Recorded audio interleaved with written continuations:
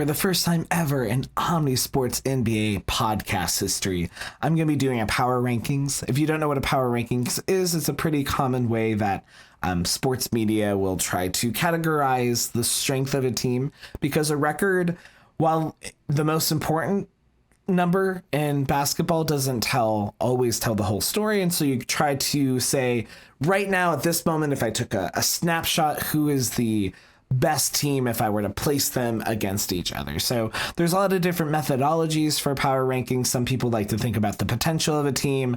I'm going to try to do it as a right now in this moment situation. And power rankings are, they're biased, right? Because everyone has their own perspectives. Some people do all 30 teams in the NBA. That's a bit much. So I'm going to do the top 10, which is a pretty common way to do it. I just wanted to mention an honorable mention before I get into my top 10. I was going to have the Miami Heat on this list, but then tonight they decided to lose to the Wizards, and that is an unforgivable sin. I was debating whether or not to put them in the top 10. They were kind of going to be my 9 or my 10, and then they did that. And so, the Heat, you're gone. But my number 10, something else that produces heat, you have the Suns. So the Phoenix Suns, I think now you see the team is playing a bit healthier. I'm worried about their defense in the postseason, but right now we're not in the postseason. I think right now they are playing really good. Kevin Durant has the fourth most points per game. You have Grayson Allen, who is the best three-point shooter in the league in terms of percentage this year, and Bradley Beal, who's now back. And then Devin Booker, you have three major offensive threats. Always for the Suns, their liability has been their defense, though. Looking at some of their underlying defensive metrics, they're actually not as bad as I thought they would be when I was looking at them. But the Suns right now have a 2.6 point differential on the season compared to other teams, which puts them in 11th. So this feels like kind of a natural inclination of that. I will be using a lot, like the two stats I'll be most relying on for some of these rankings is point differential for the season, but then I'm also going to be looking, how they've done in whichever team has done in their last bit of games. And the Suns, they are 5-5, which is lower on this list. But I think that there's a good chance that they can end up doing very, very well. And then number 9, you have what could be considered, I don't think it's a hot take, but I don't think this team ever comes up in conversations. You have the Orlando Magic. I think that they are young, they are hungry, they have a really solid defense. It's one of the best defensives in the leagues, and I think they have a lot of talent. And I think they're being coached well, and they're doing well in their last 10. They're 7-3, and so I think that they have a lot of potential, and I think that they have a lot of ability to grow as a squad. And so I think that the Orlando Magic, I think that in a 7-game series, I don't know if they get swept by any team, just because I think they also match up well against a lot of teams because of their size. I just want to note that the Knicks, who have a better record than the Magic, are not on my list as currently, and that mostly has to do with injury, because Julius Randle's not here. I think the Knicks are pretty sorely lacking in depth currently, so it's not an indictment on what I think the Knicks will do long term, but that's why they're not on my list. And number 8, we're staying in the East. We have the Cleveland Cavaliers, who are 5-5 in their last 10, which is not great. However, the Cavs have a pretty solid 4.5 point differential on the season, and they are, which puts them in 6th for the season. I think the Cavs are a bit up and down. Last season, when they made the playoffs, they underperformed. However, they now have a bit of experience, and Donovan Mitchell is really good, and I think it would be, if people were paying attention, top 10 in MVP voting this year at minimum, probably even higher, maybe 6th or 7th, or even higher than that. I could see a world where you could get 5th. And I think that the Cavs they're young, they have a lot of talent, they have a lot of bigs. Sometimes I feel like they're more than the sum of their parts, and sometimes I feel the opposite. As someone who rode the Max Strus fantasy experience, he can get very hot or cold. So I say sometimes the Cavs can get streaky. Next, in continuing our power rankings, we're going to be going to the West, in number 7, we have the Timberwolves. I would probably have them higher if it weren't for the fact that Karl Anthony Towns is now hurt, and I think it's going to take some time for the team to adjust without him. They have the 3rd best point differential on the season, so it kind of sucks to have them this low. I think some people might say they should be out of the top 10 because of Cat not being there, but I think that they have shown that they're a good enough team that shouldn't be a consideration. And I think that some of these other teams, that are below, they still would struggle with the Rudy Gobert defense and an Ant-led offense. And you still have Naz Reid, Connolly. You still have some nice pieces there and some nice role players. In 6th, we have going back to the East, and then we're not going to come back to the East for a while. You have the Milwaukee Bucks, who are 7-3 in their last 10. They've picked it up the last bit of games, though they did have a rough patch once Doc took over. I think that the Bucks are the classic, can beat any team and lose to any team. They have a lot of great players. It just feels like something's off when I watch the Bucks. I can't quite verbalize it, and it's been this way all year, so this is not just a Doc thing. It's just like it feels like there's not a perfect meshing of styles with Dame and Giannis, and that's not to say that they're hurting each other. It just kind of feels like there isn't this seamless flow that you kind of expect with the Bucks. I think that the Bucks were always a very very clean team, and that they always were they always played well and fought kind of in this one brain, and it feels like there's more disconnect this year. But you have Giannis, who's an MVP, and you have Dame, who can play like an MVP any night. But I'm still worried about them being outcoached in particular situations. I thought that Darvin Ham outcoached the Bucks in the game this week, which is, I'm sorry to bury the guy. It's not a sentence I've said a lot this season. Now we're heading back to the West for a little bit. And in 5th, which I think this is probably of all my power ranking numbers, the spiciest of takes. So get your milk ready, or if you're lactose intolerant, get your almond milk ready. And if you hate almonds, get your water ready. And if you hate water, then stop listening, because you should go drink some water. You're probably dehydrated. You have a headache. This is why you're being mean to your friends. Stop being mean to your friends and drink some water. But in 5th, we have the Pelicans. I think the Pelicans are just kind of this really solid all-around team. They have a lot of good pieces. Brandon Ingram is a really good player. Zion, of course, is really good. I think they have really good defensive schemes. I think CJ McConnell can get hot. You have Herb Jones, who's playing good defense. And so I think the Pelicans are also big, so I think they can match up against a lot of teams, and they can play big or they can play small, which I think is really important. And I think,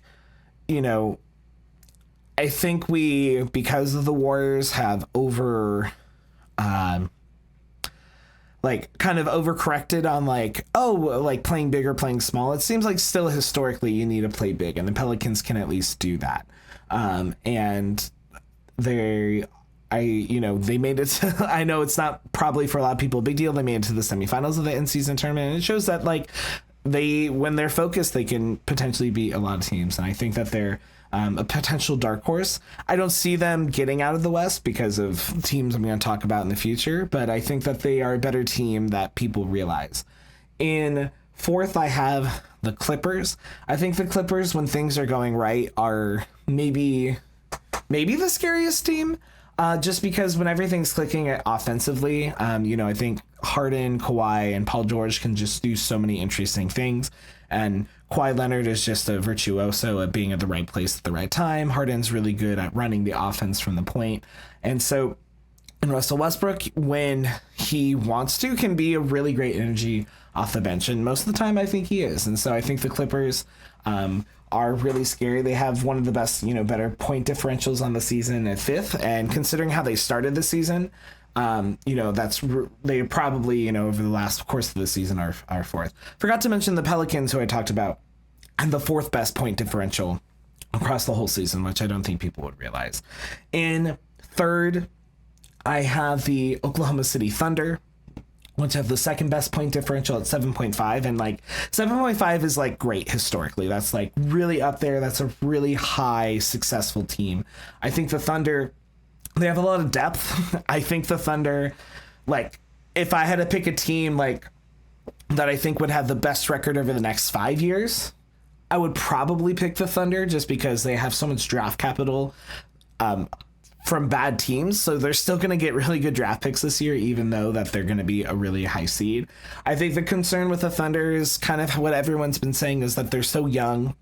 And it feels like, even though it doesn't have to be the case, but it feels like you kind of got to earn your stripes, right? You have to go through this postseason, and you gotta take a tough loss. And this team didn't even make it to the postseason last year. I mean, they made it to the play-in, but they didn't make it into a 7-game series. And I think that there's this tendency to just write them off because of that. And I want to say, no, don't do that.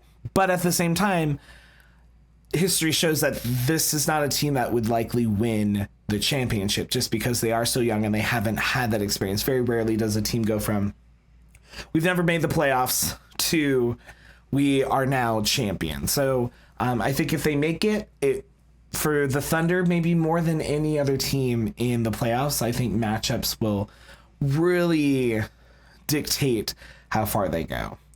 And second, you have my power rankings, the Boston Celtics, which would probably a majority of the season be my number one. The Boston Celtics have a 10.9 plus minus rating or differential on the season, which I think puts them at 6 all time, right ahead of the 1995-1996 Chicago Bulls. So we're talking about rarefied air, how good the Celtics are playing. On top of that, I found a statistic today that the Celtics have the easiest schedule going forward, which breaks my little Lakers heart. But and the Celtics have an 8-game lead in the Eastern Conference for the first seed. So I think the Celtics are just going to coast right now. I think that's part of the reason. One of the reasons that they're a little lower for me is that they have played well their last time, but it feels like that there's been more of these sloppy kind of moments, that have been happening in the games that the Celtics have been playing. And I don't blame them. I mean, the Nuggets did it this last year and, they won a championship. But the Celtics they're so good. I just worry about their clutch gene, and I hate when people bring up like, playing in the clutch, because I think that's kind of a dumb thing. And now I'm bringing it up, but I feel like the Celtics, they have the best record against Eastern Conference teams. From Eastern Conference teams, they have the best record against the West, so they are a threat. But also, like in overtime, they have a losing record, right? And so I think that I'm worried about the Celtics sometimes in high leverage, high pressure situations, especially because the Celtics can be a team that gets very 3 happy. They like to shoot the 3 ball. And I think that tendency when you're anxious gets worse. And if you're anxious, it's probably because you're not making threes. And so then all of a sudden possessions get too fast and you get sped up, and then they're just jacking up shots. And, the 2017 Houston Rockets were a team that just shot a bunch of threes, and they very famously missed 27 threes in a row in Game 7 against the Warriors that season. And had they not, they would have beaten the Warriors, and that would have been a very different storyline that year. But they missed 27 threes in a row, which honestly is crazy, because I think even if you gave me a basketball after 23 shots from 3, I would make 1 at least. But also I'm not being defended by actual professionals, and it's not a high leverage game. But still, the whole point is that you have higher variability when you are shooting the 3. And so I worry about the Celtics' tendency for that. But your number 1 seed is, for me, in power rankings, is the Denver Nuggets. And the reason for this is partially the Nuggets played the Celtics this weekend, which I think was one of the games of the year, one of the best games so far this year. And the Nuggets won, and they did it in a team effort. Jokic was great. And I think, for me, all the chips are on the line, right? I trust the Nuggets. There's no reason for me to not think they could do it, because they've proven they can do it, because they did it last year. and I think they can turn it on. I think the Nuggets still have a really good chance to get the 1 seed in the West, and I think that will be really helpful, especially because playing in the Mile High City is often seen as one of the biggest home field advantages in all of sports. So if the Nuggets get home field advantage, all of a sudden all these teams now have to travel to Denver for 4 games and play an elevation they may not be used to. And even though these are amazing athletes, it can still affect them. I've heard stories of athletes talking about how the wind, like, you adapt pretty quick, but like the first quarter of the game, you're just like, why am I so exhausted? Just because you're not getting the same amount of oxygen in your blood. But I think the Nuggets are still the best team. They beat the Celtics this week, who I think the whole year have been the best team. And so that's part of the reason that I have the Nuggets ahead of the Celtics, is that, like, if I'm splitting hairs between the two and they just played each other and one of the teams won, I'm going to pick that. Some people really subscribe to that philosophy in power rankings and some people really don't, but I'm subscribing to it now, just I think for logical consistency, because that's the most recent game that these teams have played against each other.